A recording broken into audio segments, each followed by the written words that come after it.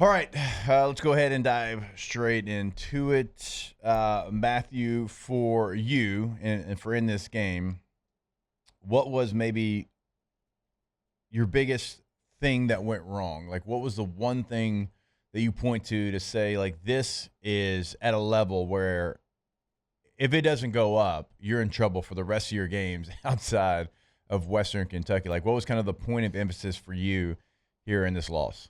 There's a number of things you can point at, right? There's a lot of finger pointing, I guess, and it's not our job here to, call out individuals. It's not our job to call out, to finger point and say it's this guy's fault we lost, this guy's fault, blah blah blah. What we're going to do is we are going to kind of talk about just results, just units in general. Offensive line play is poor. Has been all year, has been all season. It was a big question mark going into the season. I feel like the technique is poor a lot. I feel like the technique that is being taught to them for different types of plays is incorrect. Mic declarations sometimes struggle in pass protection and run protection. Running back play, offensive line play has been poor. Quarterback play has been below the standard. Yeah. And if those two things do not get fixed and get fixed fast, then you're looking at a couple more losses on the schedule. Now, can they be fixed? I don't know. I feel like the offensive line group that, was at one point young, I just haven't seen development, consistent development. Now, there's good plays. Everybody's going to have good plays, right? There's times where you're like, all right, that was good. That was nice.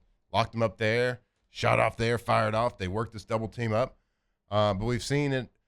At the beginning of the year, we were kind of excusing it because it was like, all right, well, it was a mental error. Like he was looking at the wrong backer. He had his eyes in the wrong location.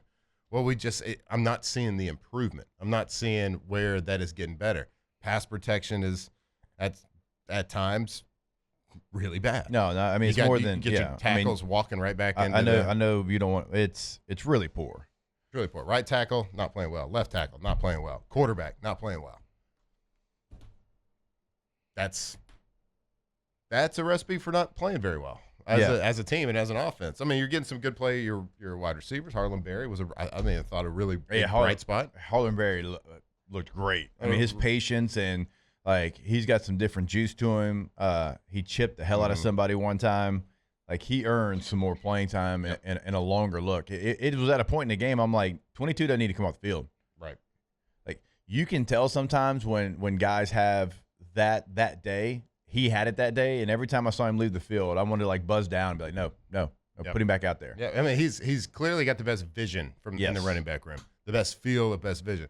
Caden Durham, I think he still makes some really good plays, but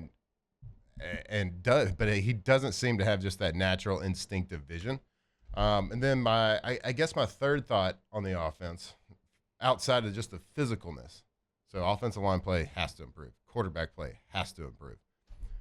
Schematically, sometimes I sit there and when I'm watching the film and I'm watching the game flow, and I just tilt my head like, what are we doing schematically?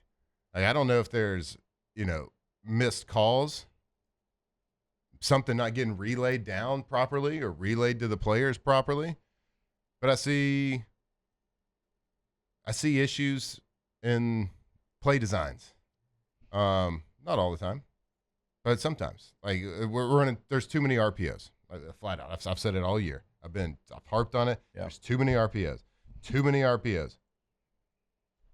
and it creates issues for your offensive linemen. They can't fire off the ball, but then it also creates you don't get blocking on the third level of the defense by your receivers. Right, you're running hitch routes with your receivers in the slot who should be digging out of safety. Right. And then multiple times this game, you break through the first two levels of the defense and you're one-on-one with the safety. That safety should be getting dug out by the receiver. Yep. In every single offense I've ever seen in my whole life in football. And if you're going to run an RPO, you don't run an RPO to the play side. Right. You run a backside. Backside, yeah. No, we do it on both sides. Yeah, because to your point, play side, you break a run the third level, second level even. Yeah. there's a defender there because that defender's not worried about the hitch. Yep. And I don't think that I don't know what's and again, everybody has different rules for their RPOs. Like when are we going to run it here? Do we run it? Do we pass it? Taylor, can you pull up my screen? This is just an example. This is early in the game. This is a first down. I think we had just gotten a third down. And so this is a running play.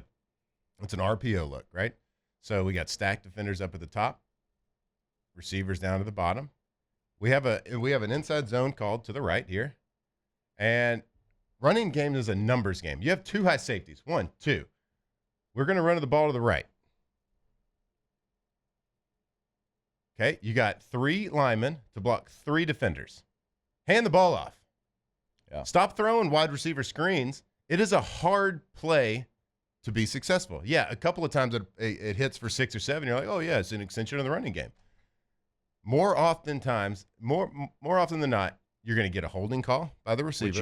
Which you did. And Bauer Sharp got one, yeah. And then I can't stand seeing it to 3 receivers stacked. Because even if they make their blocks, it's not like the defenders disappear and they're not there anymore. Right. They're still there. You have to navigate them. Mm-hmm. So we'll go to the back end. And as a running back, if this isn't handed off, I am pretty pissed. So this is a numbers game. You got 1, 2, 3. 1, 2, 3. You run it 100% of the times. If you run that play 100 times, you hand this ball off 100 times. I don't know what's being taught. I don't know what Garrett is seeing. Maybe he's doing exactly what he was being taught. If you get a cloud corner, you should never throw that against a cloud corner for one. But if he hands it off, who's stopping 29? Yeah. Don't worry. We got 2 out of it.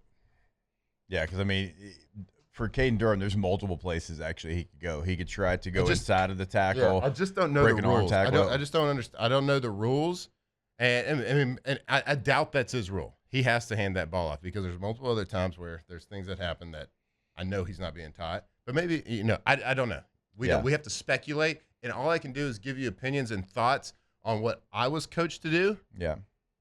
And not just by one offense. I'm talking about 7. So I don't think this one LSU offense is an outlier. Yeah. Where they just have different rules than everybody else. Yeah. And to your point, there's multiple places, like I said, that Caden, if he's given the ball there, you can try to go inside the tackle, break an arm tackle, because there's nobody. Yeah, if I didn't hand you the ball, you're throat checking me in the huddle. Yeah, I'm pissed. Yeah. I'm like, Matt, and what you are should have. Doing? Yeah, he could have dipped in the tackle, bounced it out. There was nobody there. It had been him with an alley that had nobody in there. Mm-hmm. So, look, it's gonna be more of that. It's gonna be more of watching some film, and again. So if you want to continue your punishment, yeah, and stick with us. Yeah, it's funny. I got hit up on Twitter y'all you gotta be like T-Bob and Booger. You gotta call them out. It's well, we're gonna show you why they're getting called out. I'm gonna show you kind of facts and examples of why they're getting called out, not just saying it because we have that ability. This is our platform, and today that's what we're going to use it for. We're going to use it to show you some facts of the game and how it played out, and the reason that you got to 31-24 and you lost to the Vanderbilt Commodores. So we'll continue doing that. Probably a bulk of the show. I would say 85% of the show is going to be that today. So if you want to see what's going wrong and see maybe how you can fix it, if you can fix it, that's an if. It's an if you can fix it situation. We'll have that for you all show long.